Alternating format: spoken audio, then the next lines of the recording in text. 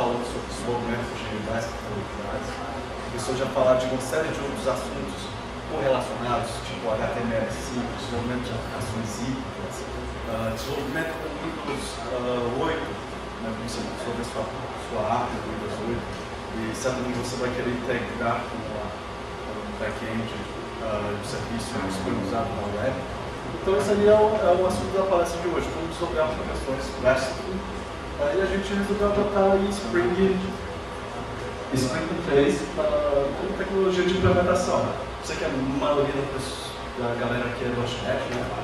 Mas não sei se você não vai ter nada muito complicado aqui, mas é uma opção.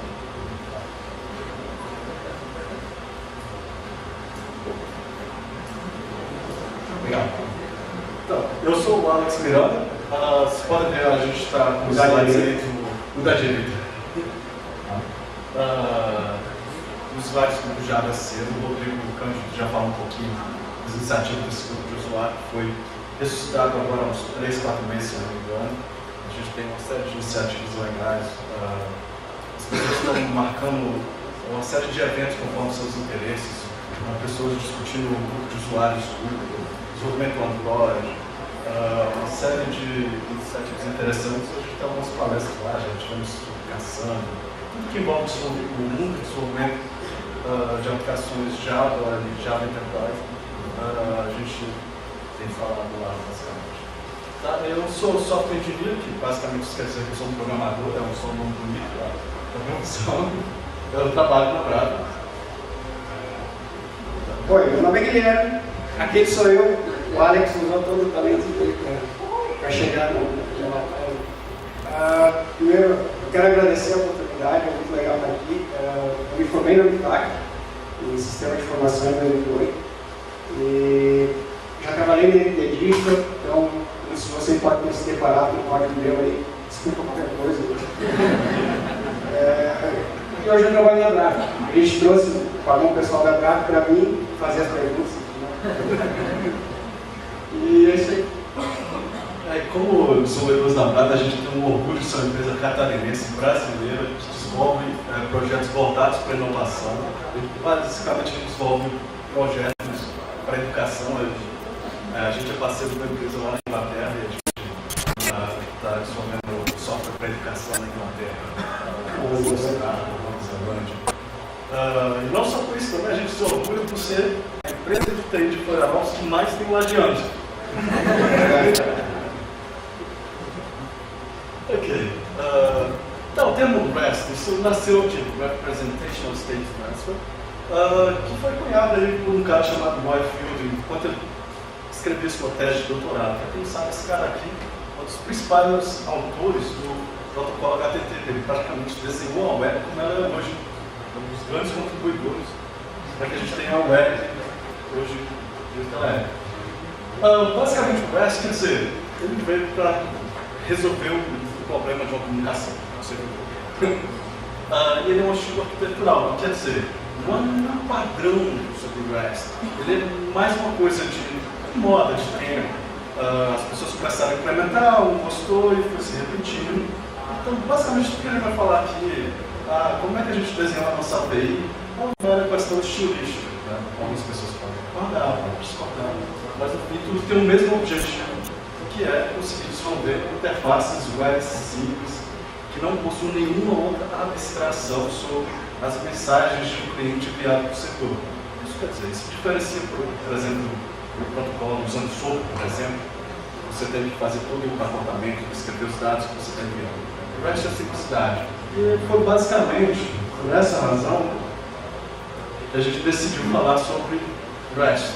Porque ele é simples, é leve e ele é bastante escalável. Uma das coisas que tornam ele mais escalável é o fato de ele ser semelhante como a web é hoje. A web ela é sempre estável.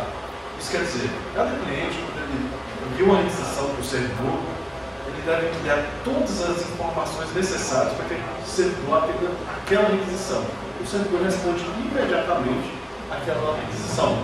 Isso permite, entre outras coisas, por exemplo, você escalar a colocação, não ter uma dependência de um servidor com um determinado cliente. Tu pode colocar N servidores com balanceamento de carga na frente, por exemplo. e conseguir escalar para as necessidades de escalabilidade. Você pode desenvolver teu negócio muito mais rápido.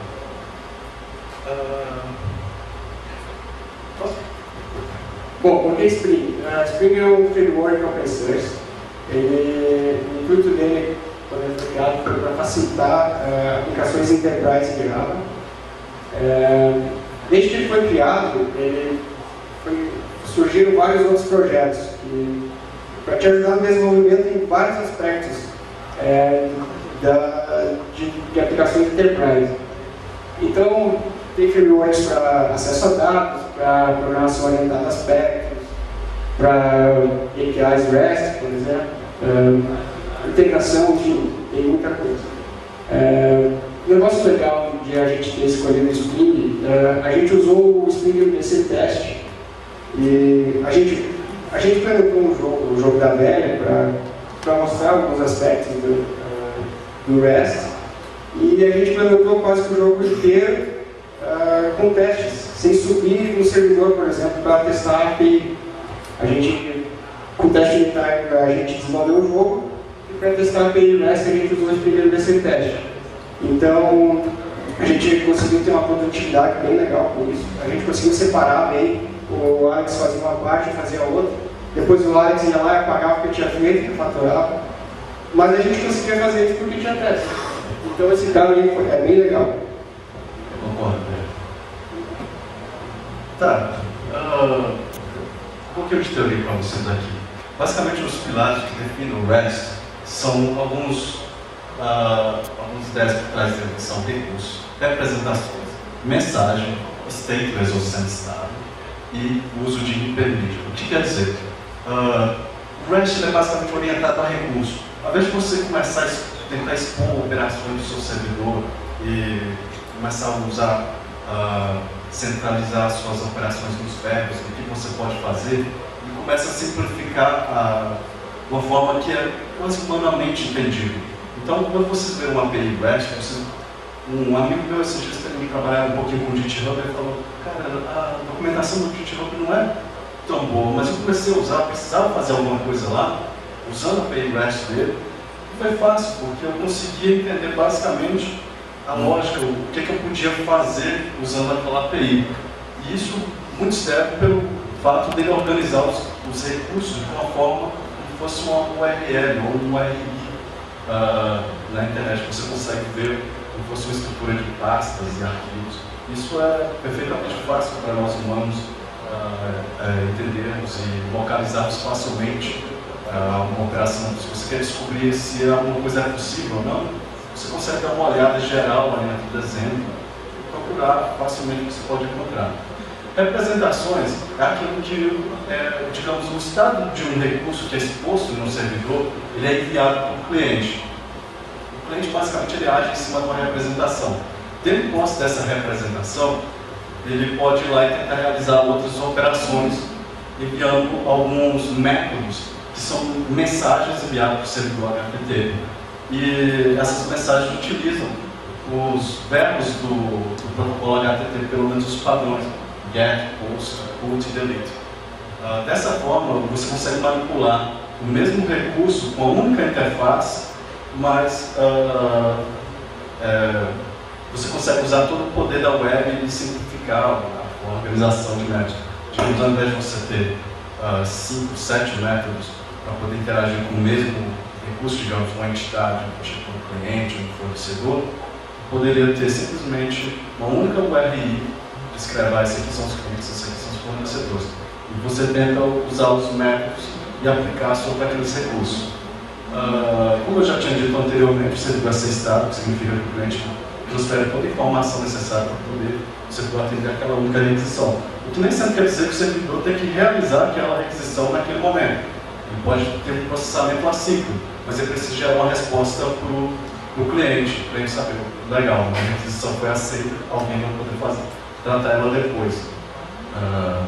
E além disso, o REST utiliza intermídio, quer dizer, ao invés de você tentar desenhar uma API que simplesmente conversa em XML, pode tentar desenhar alguma coisa que poderia estar falando JSON, vCards, HTML, uma série de formatos que são formatos universais utilizados por N aplicações, que dá uma grande vantagem para o REST, porque isso facilita você integrar suas aplicações. Então, por exemplo, está começando a fazer a sua primeira app agora, seja para um dispositivo móvel, ou Windows 8, por exemplo, como a Marta estava falando anteriormente, tu pode disponibilizar para que cada cliente interaja da forma que ele entenda melhor. Com o uso do intermediate você pode criar uma API dinâmica. Então você retorna os links para o cliente para ele saber o que ele pode fazer em cima daquele recurso, como é que ele pode manipular aquele recurso. E você pode, dependendo de vários fatores, retornar links ou não, para ele poder usar e interagir em cima daquilo. Tá, só para poder deixar claro aqui o conceito de recurso e saber, quem já tinha ouvido falar sobre o RESTful? Tá, algum de vocês que já desenvolveu alguma coisa usando o REST? Legal, um pouco menos de pessoas, tá? Acredito que alguns de vocês já viram esse conceito antes aqui, mas vamos só dar uma repetidinha aqui simples. Tá, recurso é tudo aquilo que o seu sistema é capaz de expor, tudo que está na interface. Nem sempre isso quer dizer que, por exemplo, você teve dois exemplos anteriormente, cliente e fornecedor, mas nem sempre isso precisa ser uma entidade do seu modelo. Recurso, você pode tentar expor algumas coisas como processo, até processos complicados. Digamos, você tem um assistente num processo que o usuário tem que preencher todos os formulários, você pode representar um processo de longa duração utilizando esse conceito de recurso. Como você poderia representar uma autenticação, um cartão de compra, que também é um processo de longa duração. Se você quer, por exemplo, buscar contagem de produtos no carrinho, tudo isso pode ser usado ao mesmo conceito de recurso para descrever. Eu coloquei aqui um exemplozinho simples, de formas que vocês podem perceber que os recursos eles são organizados na tua aplicação e são acessíveis através de URLs. Eu mostrei um exemplo que os usuários ali passam um ID 1001 e o cliente poderia tentar acessar aquele 1001, por exemplo, num formato HTML e, digamos, esse cliente seria um humano ali, né, vendo a tua página, ou poderia ser uma outra aplicação se integrando com a sua, lendo os dados em JSON. Ou uma terceira alternativa que o cliente que quer ler os dados como XML, ele pode acessar o mesmo endpoint, a mesma URI, mas agora passando por um headers e um HTTP. Bom, falando sobre os verbos HTTP, os quais você pode usar para interagir com os recursos. O GET, ele não deve ter side effects. Não é esperado que ele altere o estado no servidor. Ele é idempotente. Então, não importa quantas requisições o cliente faça, ele sempre espera a mesma resposta. Alguns headers que você pode mandar com ele, acerta o tipo de dado que você quer como retorno, algum request condicional, alguns códigos HTTP que ele pode retornar, status codes que ele pode retornar, se ele acha o recurso ok, se o recurso mudou para outro local, então moved, ou se ele não acha, qual é o conteúdo, o tamanho e a text, por exemplo. Aqui é um exemplo do jogo que a gente implementou, é bem simples. Você pode criar um jogo, você pode fazer um get, ver o status do jogo, ver o último movimento. O que foi feito aqui foi feito uma requisição get na API Games para o jogo 1. Então ele retornou ali o tipo desse conteúdo, o tamanho, retornou os links, o que eu posso fazer agora com esse jogo, retornou o local, onde é que está esse jogo, o self, eu posso jogar, então tem um link de play, aonde que eu tenho que jogar. O last move não teve nenhum porque é um jogo novo e o status dele está roubo.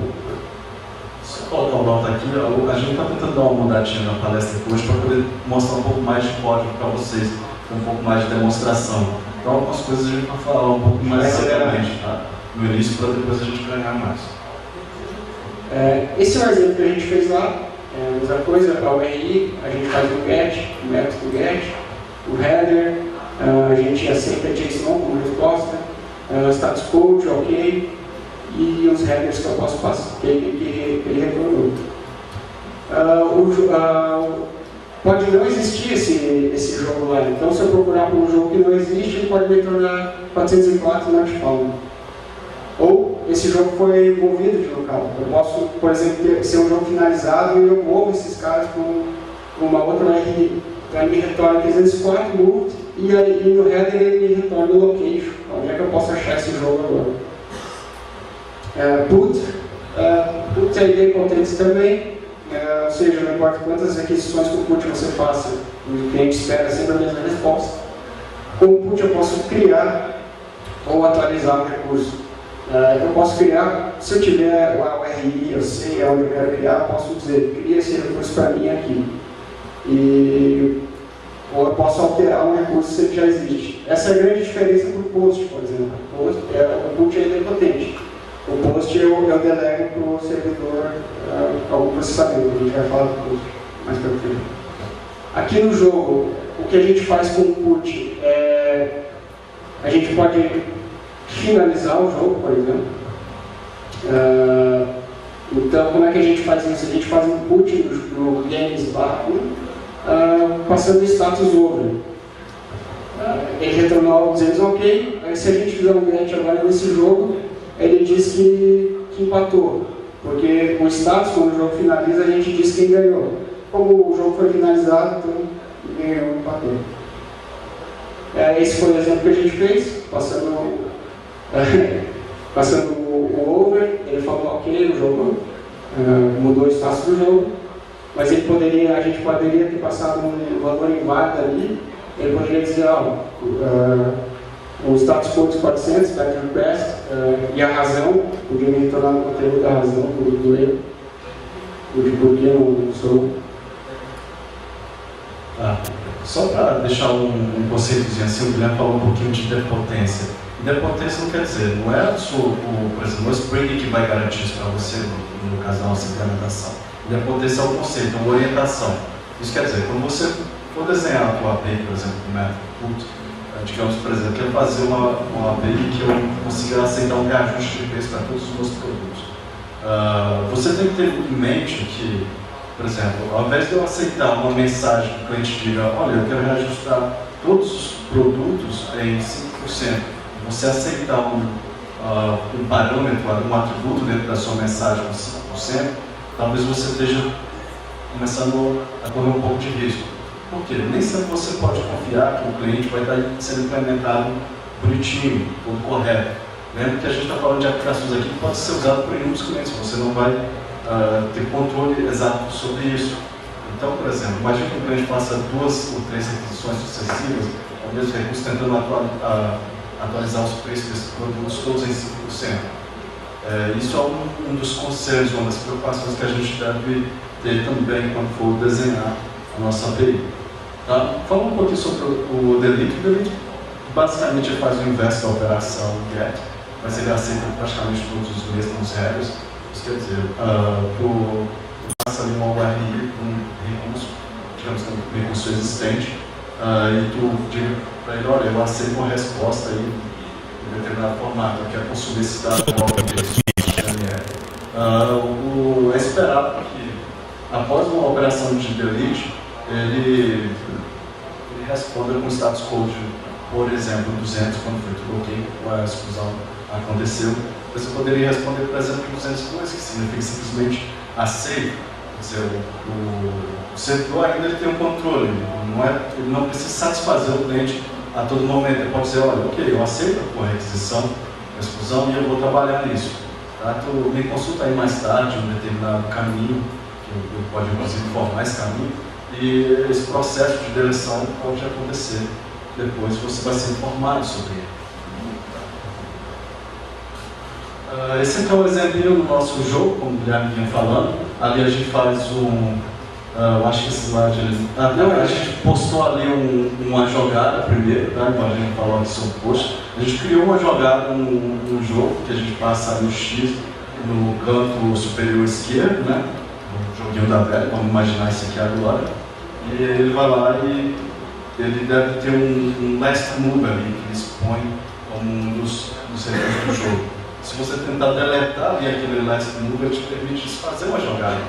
Ou seja, nem sempre tu vai ter que usar o delete simplesmente por conceito de apagar uma coisa, né, destruir alguma coisa de um recurso. Pode significar também desfazer alguma coisa. Cabe ao desenvolvedor aqui que está desenhando na API explorar esses recursos possíveis. Okay? Esse ali é o nosso exemplo, ele retorna o status code de 200, que foi tudo ok. O que é esperado dele? Que ele tenha um defeito. Toda vez que um cliente aciona uma URI passando aquilo com um verbo delete, né, ele chama de delete, ele espera que, pelo menos, alguma coisa vai ser alterada no estado. Tá? Ele poderia retornar 202 se você fazer um processamento assim, basicamente, ou talvez o servidor poderia dizer, olha, eu até aceito essa exclusão sua, mas eu vou pegar esse recurso, na verdade, e vou mover ele para um outro local. Seria um exemplo assim do mundo real que é possível. De repente, você não quer definitivamente excluir aquele recurso, então você, olha, ele vai estar disponível agora em determinado outra URI. O post, eu vejo quem começa a desenvolver a API Express normalmente tem uma tendência a comparar o uso dos métodos HTTP com um desenho de CRUD. A gente sabe que, na verdade, a gente tem uma massa de aplicações na web mesmo hoje que são orientadas a simplesmente dados. Então, o CRUD é uma coisa que nós fazemos todo dia. Eu faço CRUD na empresa também. Tenho 10 anos de experiência e continuo fazendo CRUD. É o mal necessário, né? Normalmente, o post está relacionado a criar alguma coisa, ao ser do CRUD. Que lá em Minas Gerais, que eu sou lá de Minas, a gente não fala CRUD, a gente fala velho. É o I. A gente fala ver, excluir, inserir e alterar. Uma terminologia nova para você. Quando um cliente envia um post para o servidor, ele poderia, por exemplo, enviar uma mensagem no post, esperando que o servidor crie um novo recurso. Por exemplo, quando ele envia para uma coleção de jogos, no nosso exemplo aqui, ele envia um post descrevendo uma mensagem de como ele quer que esse recurso seja criado. O servidor responde, olha, ok, eu aceitei a tua resposta, se eu criei esse recurso, ele está disponível em algum local. Então é muito comum vocês verem uma aplicação, uma API REST que retorna um header location do servidor, descrevendo, olha, foi criado, está em tal lugar e está disponível agora. O nosso caso aqui é um pouco diferente, porque a gente resolveu trazer um caso que o post nem sempre significa criar alguma coisa, não no sentido de criar um novo recurso. Às vezes, por exemplo, você pode expor um jogo lá na URI /API/games/13 e você pode tentar mandar um post de uma nova jogada naquele jogo. E o servidor pode responder ali com o status code de 200. E, na verdade, nem sempre ele precisa retornar uma localização, porque subentende-se que a jogada está agregada àquele jogo. Então, o post, muitas das vezes, deve ser usado também para enviar um comando para ser realizado sobre um determinado recurso, não só para criar o recurso do servidor. Isso, só para dizer que ele tem dois exemplos de post, né? A gente cria o jogo e ele retorna o location, né? Para dizer para o cliente, ó, eu criei esse jogo, a ID dele é 3, pode achar ele aqui, e com esse cara o cliente pode fazer um post com uma jogada, por exemplo. Porque esse é o nosso primeiro exemplo, um exemplo em que ele passa uma jogada. Um pouquinho sobre hipermídia. Hoje, todo mundo está acostumado, todo mundo navega na web, e uma das coisas simples que existe por trás do REST é uma coisa que, na verdade, está na nossa cara todo dia. Quando a gente navega na web, nada mais é que a gente está navegando entre diversos tipos de mídias diferentes. Esse é o conceito de hipermídia. Isso quer dizer, a web está disponível para que você possa acessar um determinado recurso ou um determinado documento, uma página HTML, por exemplo, e a partir dessa mesmo documento você consegue navegar para outro, você consegue descobrir novas coisas que estão disponíveis nele. Então, um dos pontos fundamentais do REST é um conceito Todo mundo pode colocar no... o conceito de hiperlink é fundamental para você desenvolver APIs RESTful. RESTful nada mais é do que usar todos os recursos da web. E um cara chamado Richards, eu tirei isso aqui lá do blog do Martin Fowler, do link dele. Ele resolveu criar um modelo de maturidade que diz, ok, muitas das APIs que a gente vê desenvolvidas aí, elas podem ser classificadas e categorizadas em determinado nível. E ele falou uma coisa interessante, que a maioria das APIs disponíveis na web não passam do nível 1. E sendo que o REST, ele na verdade se fundamenta em muito mais do que isso. Tá? Ele define que o nível 0, digamos, você resolveu fazer uma aplicação que já suporta a comunicação cliente-servidor. E você vai usar ali o exemplo de XML, Plain Old XML. E você aceita um envio do XML, você atende a determinada requisição e um recurso único. Cara, tu está no nível 0, tu não está usando nada do potencial ainda da web do jeito que ela poderia ser usada. Quando você começa a usar recursos, ou seja, quando você começa a endereçar logicamente os seus recursos para que isso forme uma API um pouco mais consistente, um pouco mais fácil de ser compreendida, você sobe para o nível 1. Quando você começa a interagir com os mesmos recursos, nas mesmas URIs, e interagindo com eles através de verbos HTTP, explorando principalmente os 4 verbos, e talvez até outros que vêm sendo criados agora, como no projeto WebApp, por exemplo, você sobe para o nível 2. E o nível 3 é o que é o santo graal do RESTful. É quando você começa a poder desenhar, não só o seu servidor pode devolver uma representação de um determinado recurso, mas ele pode transferir para o cliente não só o estado, atributos, mas, por exemplo, relacionamentos que aquele recurso possui com outros, e permitir que o cliente que possa dessa representação entenda, olha, a partir daqui eu posso realizar outras operações sobre estes outros recursos. No caso do jogo, você retorna o jogo e ele tem um link para o play, ele tem um link para você fazer um undo. Então você conversa e a gente consegue ter noção do que pode fazer com aquele recurso. É mais ou menos o Radius, né?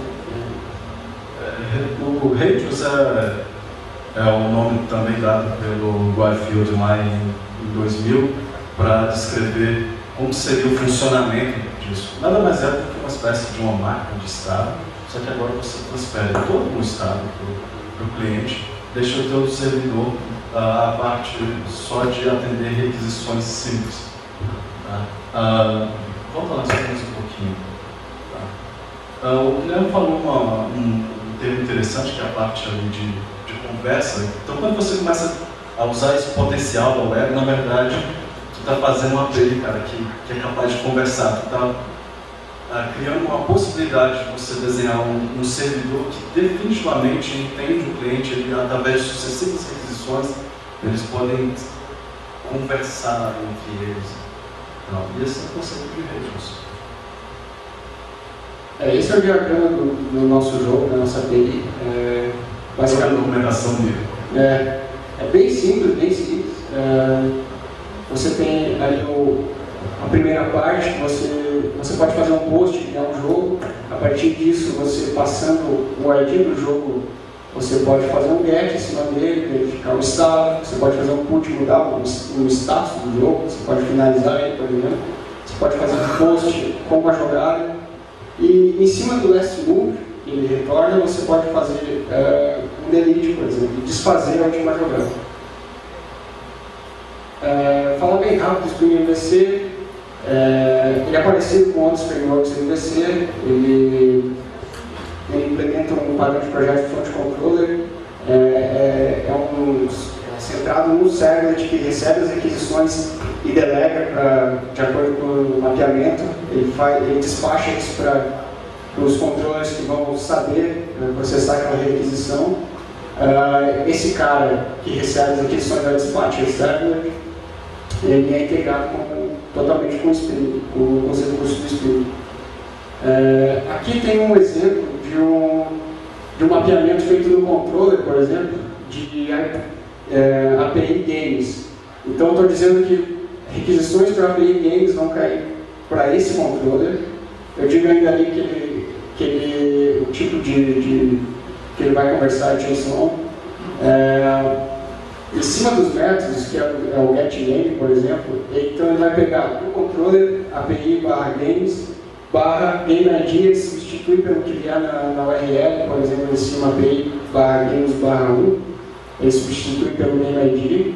E se eu fizer um get, e nesse mapeamento, ele cai nesse método. Se eu fizer um post nessa URI, ele bate com o último método play ali, e esse cara que vai processar a requisição. Spring Haters é um cara que vai ajudar a gente a chegar naquele quarto nível lá do modelo de maturidade. Ele facilita na criação dos links e na criação da representação dos recursos. Aqui é um exemplo de como eu posso criar um link em cima de um controller, por exemplo. Isso deixa bem transparente. Se daqui a pouco eu for lá e mudar aquele mapeamento, eu não preciso vir aqui mandar o link, porque ele usa um API fluente e usa um recurso do Java chamado proxy. Então eu passo um link to, method on, passo o controller que eu quero criar esse link, em cima do controller que eu quero criar esse link, no método play, passando o ID. E esse cara é o que o produto disso é aquele link de onde eu posso jogar esse jogo, por exemplo. E a mesma coisa ali embaixo para fazer o undo no último movimento. Bom, o Experience Test foi o que a gente usou. Ele permite fazer teste em cima da API REST, lá do cliente, server-side. Ele faz o teste em cima do Dispatcher Servlet, que você chega bem próximo do que vai ser a implementação real. O Dispatcher Servlet é o cara que recebe quando a tua aplicação está publicada, é ele que recebe as requisições, e o SpringMVC usa esse mesmo cara para processar. Aqui tem um exemplo, criando um novo jogo, por exemplo, a gente faz um post naquela URI e ele tem que me retornar um status de created com um header chamado location, e aí a gente passa que bata com isso aqui, termine com isso aqui, por exemplo, API Games/1. Ali embaixo, se eu quero retornar o status de um jogo, então eu faço um get em cima daquele API /games/, eu troco isso ali pelo existing GameID, ele me retorna o status ok e o conteúdo tem que ser em JSON.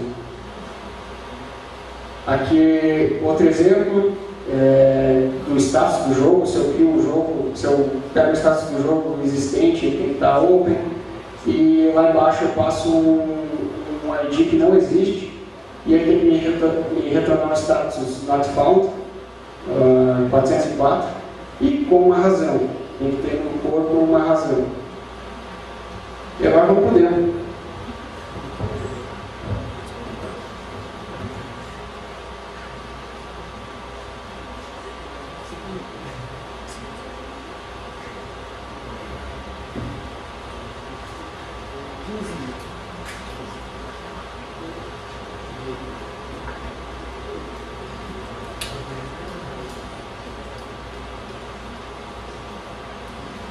Ok, a gente vai tentar demonstrar rapidamente para vocês aqui, tentar fazer as 3 demos que a gente preparou.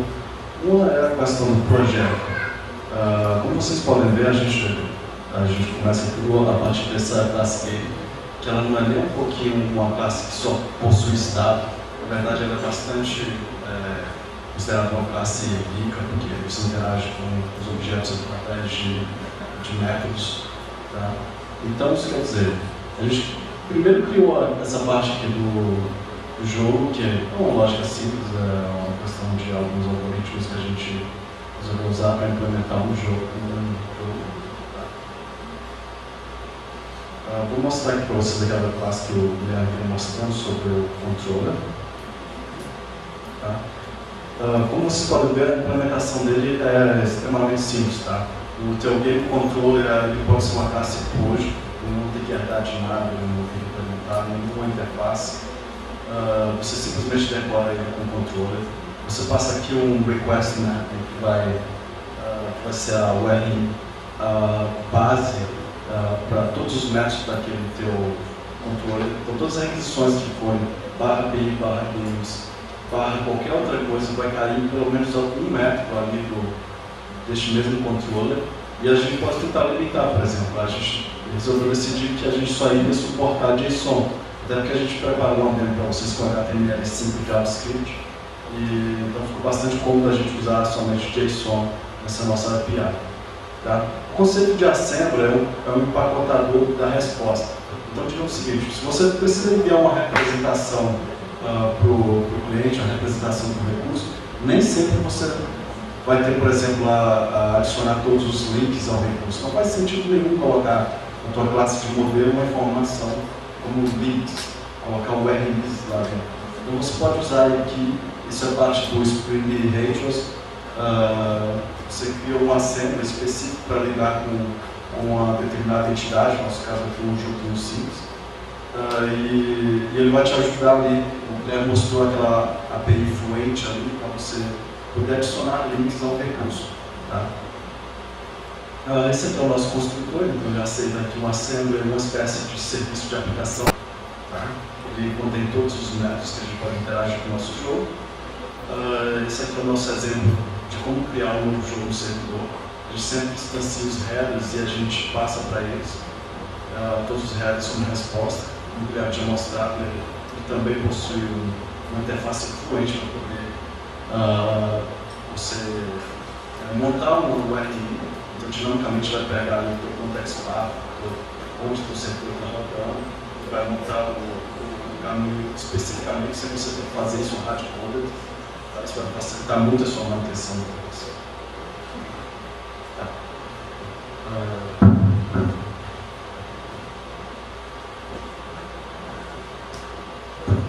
A gente fez esses testes aqui, que são basicamente testes de integração. Acho que o Guilherme já tinha mostrado um pouquinho para vocês aí. É só para vocês poderem dar uma olhada rápida. Você também consegue escrever todos os testes de uma forma fluente. Isso ajudou bastante a gente conseguir uma boa produtividade do desenvolvimento de documento. Vamos partir aqui para uma demonstração de como isso aqui está funcionando. Tinha alguns exemplos nos slides, a gente usou um carinha chamado REST Client, que é bem legal. E a gente vai tentar brincar com esse jogo. Eu subi aqui um application service, que é o Tomcat lá da Spring. Tá?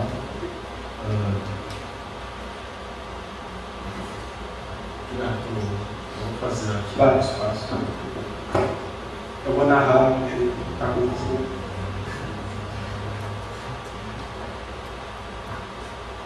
A gente vai mostrar esse cliente também, que é parte do projeto da Spring, que é um cliente de REST.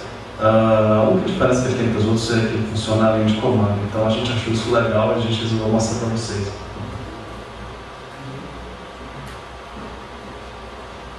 Bom, então a primeira coisa que a gente tem que fazer é criar um jogo.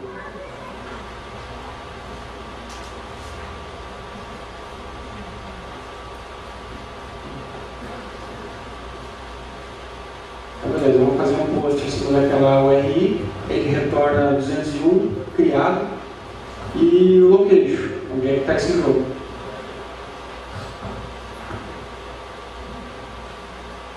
O Alex já usou um recurso que ele já vai para a URI daquele jogo. Se vocês verem que o jogo foi criado, eu passei ali, vocês perceberam um parâmetrozinho por posto, que é um follow e eu coloco um true ali. Ele já automaticamente verifica o location do servidor, retornou falando onde foi criado aquele jogo, e ele já navega para aquela estrutura. Então a gente está ali agora dentro de /PIs, /game, /1, eu fiz um get, ele descreve ali como está o estado desse nosso jogo. Como é um jogo novo, ele não tem nenhuma jogada ainda ali no last group, e ele está no momento em aberto. Tá? A gente já pode verificar que ele possui alguns links ali. Aquele primeiro link é o self, isso aqui é considerado uma boa prática. Você sempre retornar o link do self. Ou seja, o próprio recurso que o cliente solicitou. Inclusive o Spring Haters ele já te ajuda a fazer isso, ele tem um método pronto lá, e você pede para ele criar, ele já vai criar o self com o location do recurso. A gente tem também ali um link para o Play, ele diz ali, olha, tu pode jogar nessa mesma URI, mas agora tu vai usar o método oposto. Então, deixa eu mostrar para vocês um recurso bem legal aqui, que é usar o Discover. E ele consegue mostrar aqueles links de uma forma mais interessante, tá? Uma tabelinha pra gente. Então a gente sabe que todas as operações são possíveis de fazer. Eu vou tentar fazer uma jogada nele agora.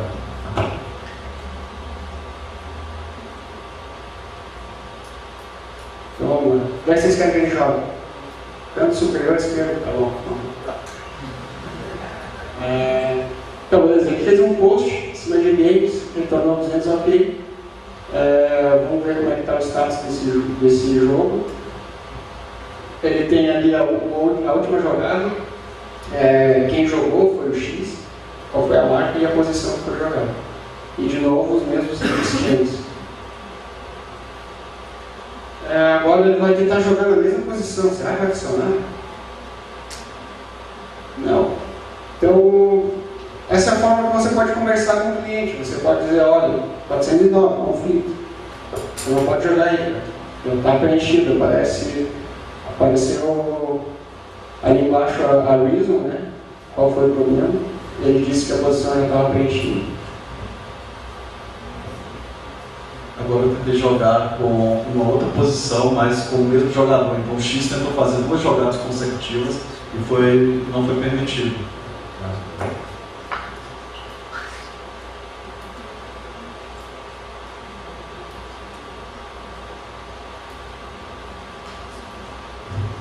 Viu? Realmente ele não deixou jogar na posição. Agora o segundo jogador jogou.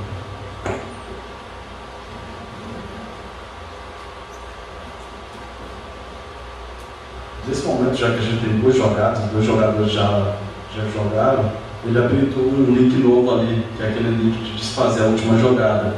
Então ele deu um discover, se você não observar, agora tem um terceiro link lá, que é o mesmo que é representado aqui com o get. Se vocês olharem, o último link que aparece na lista de links ali é o link de referência ao mundo. Eu vou tentar desfazer essa última jogada, entendeu?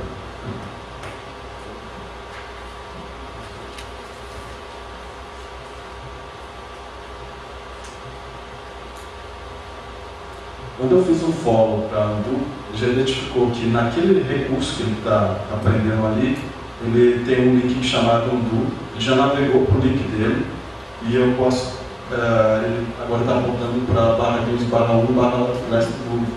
Eu faço um delete, ele aceita. Tá? Eu posso fazer o OP para poder mover o recurso que eu estava anterior. Se a gente pegar o último movimento agora, vai ser o primeiro. Esperamos que seja o primeiro. Beleza, o X ao left corner.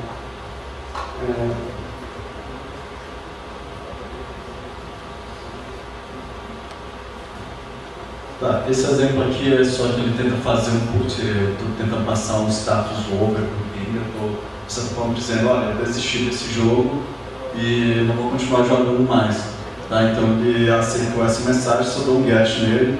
Se vocês olharem o status dele agora, ele diz, olha, esse jogo foi considerado empatado, já terminou.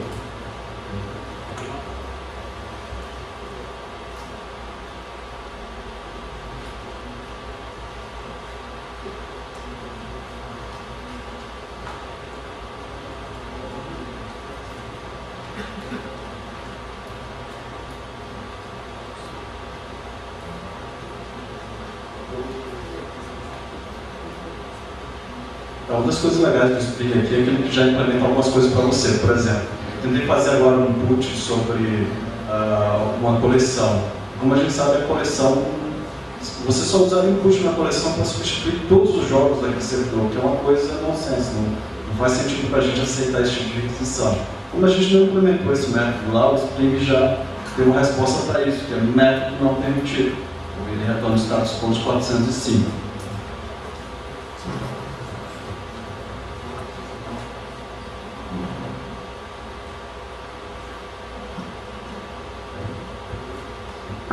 Aqui eu ia mostrar para vocês uma sequência de outros posts, só para poder mostrar que um jogo, depois de determinadas interações, ele poderia ir alterando o estado dele até que a gente tivesse definitivamente um jogador que foi o vencedor e ele retornaria que foi o vencedor, ou se empatou, uma coisa assim.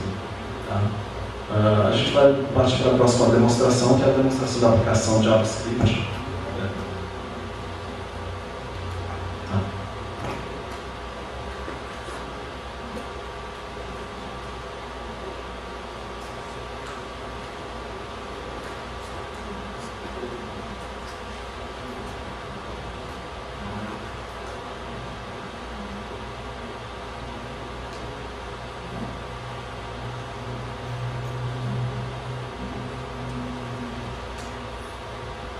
Bom, a gente emprestou esse jogo da Velha, site feito em HTML5, e só implementou a parte da requisição para o nosso servidor.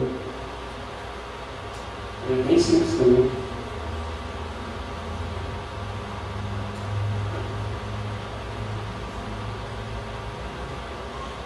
Vou fazer aqui agora uma simulação que eu criei outro jogo ali, eu estou no Firefox no momento. Eu vou colocar dois jogadores jogando o mesmo jogo ao mesmo tempo, tá? A gente implementou uma funcionalidade que permite o jogador se inscrever no outro. A gente usou uma técnicazinha de fundo, a gente não está usando WebSockets aqui nesse exemplo, mas a gente consegue monitorar a mudança de recursos no servidor e continuar fazendo interação. Okay?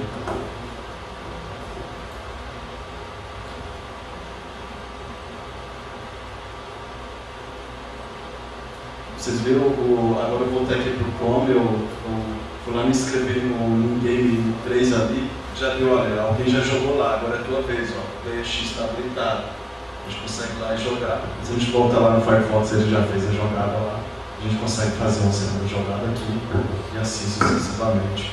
A gente consegue fazer o joguinho inteiro funcionar. Ok? Beleza?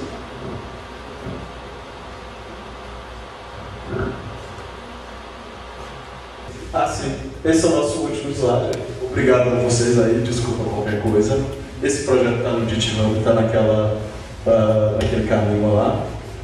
E é isso aí, esses são meus contatos. A gente se fala.